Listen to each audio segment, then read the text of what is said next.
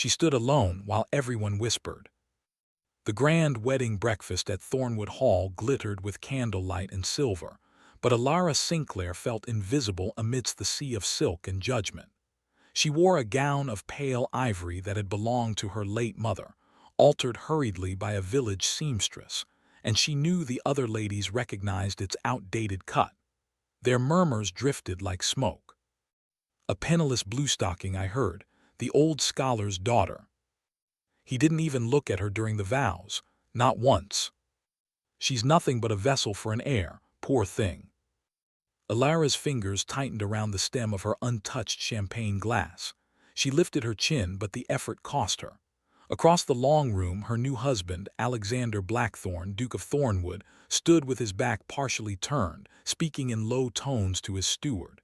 He was tall, broad-shouldered, with dark hair swept back and eyes the color of winter frost. Handsome in a way that hurt, and utterly unreachable. He had not spoken to her since the ceremony, not one word beyond the cold, rehearsed vows. When the archbishop had declared them man and wife, Alexander's lips had brushed her knuckles with all the warmth of stone. She had felt the chill seep into her bones. Now, as the reception stretched on, she felt the weight of the contract she had signed. 3 months ago, her world had collapsed. Her beloved father, a botanist of quiet genius, had died, leaving a mountain of debts she had never known about. Creditors circled. Her frail mother's health crumbled. Then came the solicitor's letter, an offer from the Duke of Thornwood. He would settle all debts, provide a comfortable cottage and lifetime care for her mother, and bestow a generous allowance, if Alara agreed to marry him and provide an heir within 3 years. The stipulation was ironclad. His late father's will demanded marriage by the age of 30 and a legitimate child within 3 years of the wedding, or the entire Thornwood estate would pass to his cousin, Reginald Blackthorne, a man of reputed cruelty. Alexander needed a wife. He needed an heir. He did not need love. Alara had looked at her mother, pale and coughing, and she had said yes. She had hoped foolishly that she might at least find companionship, kindness. But the man who had signed the marriage settlement had looked at her as if she were a piece of furniture, and now, at her own wedding breakfast, she was a ghost. A flicker of pain rose in her chest, but she refused to weep. Not here, not in front of these vultures. She set down the glass and walked slowly toward the terrace doors, her slippers making no sound on the marble. No one stopped her. No one noticed. The evening air was cool, carrying the scent of roses from the neglected gardens below. She leaned against the balustrade and let out a trembling breath. The stars were beginning to appear, indifferent and distant, much like the Duke. She stared at them and whispered a single, broken word. "Alone." That was the moment the pain took root deep in her heart. But it was also the moment a fragile, stubborn seed of something else stirred. She had survived her father's death. She had survived poverty. She would survive this cold marriage. She would find a way to make her life meaningful, even if she was never loved. A fortnight passed in a blur of cold silence and empty rooms. Thornwood Hall was a sprawling estate of gray stone and ivy, magnificent and lonely. Alara explored its corridors when she could not sleep, which was often. The Duke took his meals in his study, and she dined alone in a cavernous hall at a table meant for 30. The servants were polite but distant, as if waiting to see whether she would crack. She didn't. One afternoon, wandering the overgrown paths behind the stables, she discovered a derelict greenhouse. Its glass panes were grimy, many cracked. Inside, rows of withered plants hung like skeletons. The air smelled of dry earth and loss. But something in Alara's heart recognized a kindred spirit. She had grown up in her father's greenhouses, learning the language of roots and petals. Here, in this forgotten place, she felt a pull she had not felt since her father's death: hope. She found the head gardener, an old man named Hamish who had served the estate for 40 years, and asked permission to tend the greenhouse. He looked surprised, then wary. "Her Grace needn't trouble herself," he said, but Alara's eyes held a gentle determination. "Please, I need something to care for." He relented, perhaps seeing the shadow of loneliness in her face. So she began. Each morning she rose at dawn, donned a simple wool dress, and worked in the greenhouse. She scrubbed the glass, turned the soil, and planted seeds she requested from the village. Her hands became calloused, her cheeks flushed with exertion. Slowly, green shoots emerged. She found an old notebook of her father's pressed in her trunk and began documenting her work, sketching leaves and nodding growth. The greenhouse became her sanctuary. The servants started to notice. The housekeeper, Mrs. Pemberton, a stern woman of 60 years, one day left a tray of tea and bread beside the greenhouse door. No words were exchanged, but the gesture filled Ilara's eyes with grateful tears. She was beginning to carve a small space of belonging, even if her husband never stepped foot inside it. The Duke of Thornwood remained an enigma. He rode out early and returned late, his face a mask of granite. On the rare evenings they shared the dinner table, a duty she soon abandoned. He asked clipped questions about her day, then retreated before she could answer fully. He never touched her, not even to guide her through a doorway. She was not sure he remembered the sound of her voice. 1 month into the marriage, the whispers shifted. Ilara accompanied the Duke to a local assembly at the home of a neighboring baron. She wore a gown of deep emerald, the one new dress she had permitted herself from her allowance, and she walked with her head high. For a brief moment she felt almost visible. Then she heard the words. "Still no sign of an heir, I'm told. Perhaps his grace chose poorly. A barren wife is a curse." The blood drained from her face. She turned sharply, but the speaker, a woman with feathers in her hair, had already drifted away. The sting was exquisite, a public brand. She looked for Alexander, hopping against reason that he might have heard and would defend her. He was across the room, his back to her, speaking with Reginald Blackthorne. The cousin caught her eye and smiled, slow and serpentine. She realized then that Reginald was the source of the rumor. He wanted to see her humiliated, to undermine the marriage so he could still claim the estate. Ilara held herself together until they returned to Thornwood. Then, in the dim hallway, she confronted her husband. "Did you hear what they said about me tonight?" Her voice was steady, but her hands trembled. Alexander paused, his cloak half removed. "It is unwise to listen to idle gossip. Gossip that calls your wife barren. That suggests I am failing in a duty I have not even been truly given the chance to fulfill." The words slipped out, raw and unintended. She saw a flicker of something in his eyes, shock perhaps, or guilt, but it vanished instantly. His voice was like a blade wrapped in velvet. "Our arrangement is clear. An heir is required. I will do what is necessary when the time is right. Until then, ignore the chatter." He turned and walked away, leaving her alone in the dark corridor. That night she wept into her pillow, but when she woke, something had shifted. She stopped waiting for him. She stopped dressing for dinners she knew he would not attend. She stopped looking for his figure on the horizon. Instead, she poured her heart into the greenhouse and into the tenant cottages beyond the estate's manicured lawns. She began visiting the village with baskets of herbs and remedies. Hamish's niece was a midwife, and Ilara learned from her, quietly paying for medicines out of her own small allowance. She discovered that the estate's tenants suffered from poor crop yields because the soil had been drained by years of single-crop planting. Remembering her father's studies, she wrote careful instructions on crop rotation and companion planting, distributing them anonymously through the vicar. The tenants, initially suspicious of the quiet duchess, grew to love her. They called her the Lady of the Greenhouse. The Duke, absorbed in estate ledgers and legal battles with Reginald, noticed none of this. But he began to notice her absence. The house felt emptier. The meals he belatedly decided to share with her were no longer waiting. The music room was silent. He found himself standing by the window of his study, watching the greenhouse in the distance, where a slender figure moved among the glass panes with a purpose he could not fathom. One afternoon he saw a man there with her, a tall, fair-haired gentleman laughing at something she said. Sir William Ashby, a respected landowner from the neighboring county, known for his charm and his love of botany. Alexander's hand clenched the window frame. He watched as Alara handed Sir William a small potted plant, her smile warm and unguarded. She had never smiled at him like that. A cold, unfamiliar feeling coiled in his chest, jealousy, sharp and unwelcome. He turned away, furious at himself for caring. That evening he entered the dining room for the first time in weeks. Alara looked up, startled, a book of botanical prints open beside her plate. Her face, which had been serene, closed like a shutter. "Your Grace, I did not expect you." "I live here," he said shortly, and immediately regretted his tone.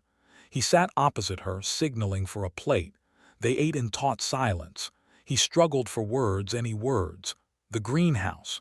You have been spending much time there." "It keeps me occupied." Her voice was polite, distant. The warmth she had shown Sir William was utterly absent. "Sir William Ashby called today," he said, testing. "Yes, he has a genuine passion for horticulture. He offered to bring me a rare orchid from his travels." She spoke without a hint of guilt, simply stating a fact. That somehow made it worse. "I do not wish you to spend time alone with unmarried gentlemen. It invites talk." She set down her fork with a soft clink. "Talk, like the talk about my barrenness which you dismissed. Forgive me, Your Grace, but you have given me no reason to consult you on how I spend my days. I have been alone since our wedding. I will not be further isolated." She rose, curtsied with icy grace, and left him staring at her empty chair. The Duke felt a crack in the ice around his heart. He had married a ghost, but the ghost had grown teeth, and he found, to his shock, that he admired her for it. Weeks bled into months. Spring arrived, and the greenhouse exploded into a riot of color and scent. Alara had transformed it into a living tribute to her father. She also discovered a secret. Reginald had been siphoning funds from the estate's agricultural accounts for years, hiding the thefts in complex ledgers. She stumbled upon the proof while organizing old records in the library, a task she had undertaken to aid the elderly steward. The deception was careful, but her scholar's eye caught the inconsistencies. She compiled her findings into a quiet report, uncertain what to do. She did not trust Alexander enough to share it directly. He might think she was scheming against his family. So she locked the documents in her greenhouse cabinet and waited. The emotional shift came one afternoon when Reginald himself visited unannounced. He found Alara alone in the greenhouse, her hands covered in soil, her hair escaping its pins. He lounged in the doorway, his smile oily. "Playing in the dirt, cousin. How very quaint. I do hope you're not forgetting your primary duty. An heir is still expected, and my patience grows thin." Alara faced him calmly. "My duties are my own concern." He stepped closer, lowering his voice. "You know, if you fail to conceive, the estate becomes mine. Perhaps I can help accelerate that failure. A simple fall down the stairs, a tainted cup of tea. Accidents happen to unwanted duchesses all the time." Fear lanced through her, but she did not flinch. "Are you threatening me, sir?" He chuckled, "Merely offering friendly advice. Leave Thornwood, disappear, and I'll ensure your mother's comfort. Stay and—" A shadow fell across the doorway. Alexander stood there, his face pale with fury. "Reginald, get out." The cousin straightened, mask slipping into easy charm. "Alexander, I was just keeping your lovely wife company. No harm." "I heard your words. You will leave this estate within the hour, and you will not return. If you come near my wife again, I will have you arrested for trespass and conspiracy." The Duke's voice was low and lethal. Reginald's eyes darted between them, and for a moment Alara saw real fear in his gaze before he retreated with a mocking bow. When they were alone, Alexander turned to her. His chest was heaving. For the first time, his icy facade had shattered, and underneath was something raw and desperate. "Are you unharmed? Did he touch you?" "I am unharmed." Her voice was a whisper. She was shaking. The Duke reached out and took her hands, soil and all, his grip gentle but urgent. The touch sent a shock through her. He had never voluntarily touched her skin. His blue eyes searched her face. "I should have protected you. I knew he was dangerous, but I thought keeping you at a distance would keep you safe. I was a fool." His voice broke on the last word. Alara felt the careful walls she had built around her heart tremble. "Why would you need to keep me safe?" He looked away, jaw tight. "Because I couldn't bear to lose another person I cared for. I lost my father, and then the woman I thought I loved married another while I was at war. I swore never to feel such pain again. So I built a fortress. I treated you as a transaction because I was a coward." "And now," she whispered, "now I realize I have been losing you from the moment we wed, and the thought is unbearable." He lifted her soil-stained fingers and pressed them to his lips, a gesture so vulnerable it brought tears to her eyes. "I do not deserve your forgiveness, but I will spend my life trying to earn it." A sob caught in her throat. She had waited months to hear anything resembling emotion from this man. Now it poured out and she didn't know how to contain it. She pulled her hands gently away and stepped back, needing space to breathe. "I need time, Alexander. You cannot undo months of silence with a few words. My heart has been bruised and it learned to live without you."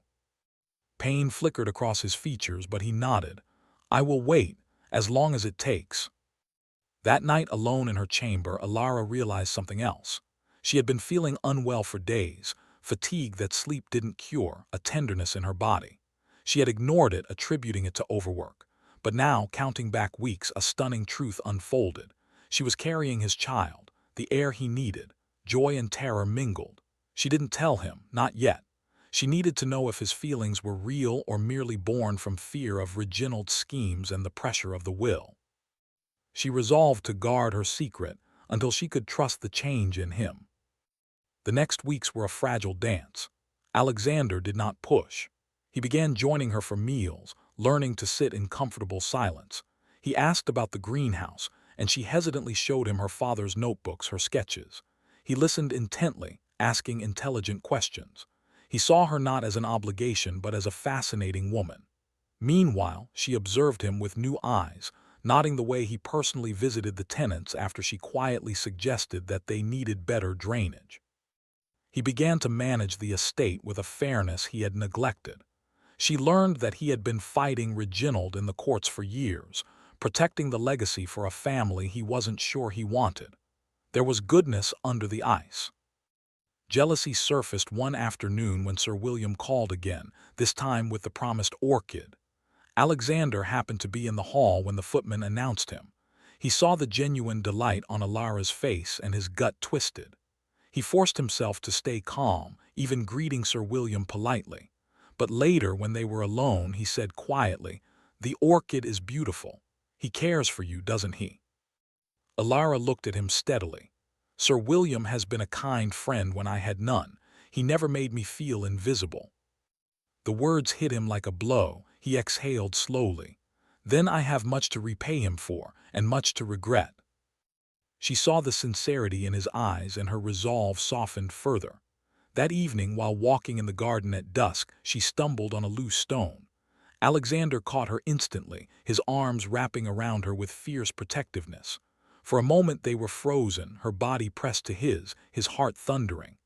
"I will not let you fall," he murmured into her hair. It was the simplest sentence, but it undammed a flood in her chest.